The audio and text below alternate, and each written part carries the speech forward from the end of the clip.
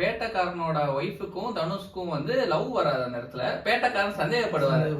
So எனக்கு என்னன்னா maybe அந்த சீனுமே வந்து வெற்றிமாறன் வந்து ஒரு மாதிரி இன்ஸ்பயர் ஆகி அவங்க ரெண்டு ஏன்னா தம்பி மாதிரி தான் வளர்த்தமா பையன் மாதிரி வளர்த்துவாரு. அவர் வந்து அவரோட சின்ன பொண்ணை வந்து கல்யாணம் பண்ற ஒரு ஃபீலிங் இருக்கும். ரெண்டு பேரும் க்ளோஸா பண்ணிட்டு இருப்பாங்க. பட் என்னன்னா அதுல இருந்து டேரக்டா அப்படியே இன்ஸ்பயர் ஆகும். அங்க ரெண்டு பேரும் லவ் பண்ணவே ஆரம்பிச்சிருவாங்க. அந்த மெல்லிய கோடு வந்து ஒன்று ரெண்டு பேருக்கு அவ வந்து அது தம்பி ஃபீலிங் தான் பார்ப்பான், இவனும் அக்கா ஃபீலிங் தான் பார்ப்பான். ஆனா பேட்டக்காரன் கண்ணுக்கு அப்படி ஒரு வியூ வரும் இல்லையா? என் கண்ணுக்கு அந்த மாதிரி வியூ தான் வச்சு ஆடுதான் பார்க்கும்போது என்ன இது அப்படி என்ன இது அப்படிங்கிற மாதிரி ஓடிட்டு இருக்கேன் என் மைண்டுக்குள்ள. ஸோ எனக்கு அது வந்து எனக்கு அப்ப தப்பா தோணுச்சு, இல்ல நம்ம அப்படி பார்க்க கூடாது அப்படிங்கிற மாதிரி ஃபீல் வந்துச்சு.